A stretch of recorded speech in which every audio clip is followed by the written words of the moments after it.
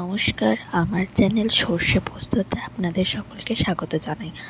আজ বানিয়ে দেখাবো অনিয়ন রায়তা। বিরিয়ানিতে অনিয়ন রায়তা ছাড়া যেন বিরিয়ানি অসম্পূর্ণ। একবার খেয়ে দেখবেন, তারপর বলবেন। রেসিপিটা জেনে নিই। তার জন্য আমরা প্রথমে পেঁয়াজগুলোকে জুলিয়েন করে কেটে নেব।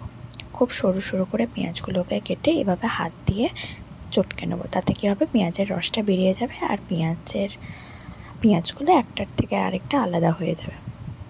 খুব ভালো করে অনেকক্ষণ ধরে চটকে নেওয়ার পর এটার মধ্যে দেবো আমি দই। আমি একটু থিক কনসিস্টেন্সির দই ইউজ করেছি, তাই আমার জন্য অ্যাকর্ডিং টু মি আমার জন্য মনে হয়েছে যে রেড কাউ সব থেকে ভালো, তাই আমি রেড কাউয়ের টক দইটা ইউজ করেছি। আপনারা আমুল মাস্তি ইউজ করতে পারেন, কিন্তু তাতে প্রবলেমটা হয় রায়তাটা একটু পাতলা হয়। আপনারা যদি পাতলা পছন্দ করেন তাহলে আপনারা আমুল মাস্তি ইউজ করবেন। তাছাড়া আমার মতো যারা একটু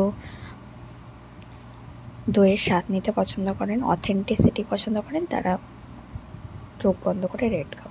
এরপর দেবো এটার মধ্যে ব্ল্যাক সল্ট অর্থাৎ বিট লবণ। এরপর এটার মধ্যে দেবো পরিমাণ মতো চিনি দিয়ে খুব ভালোভাবে এটাকে নেড়ে নেব।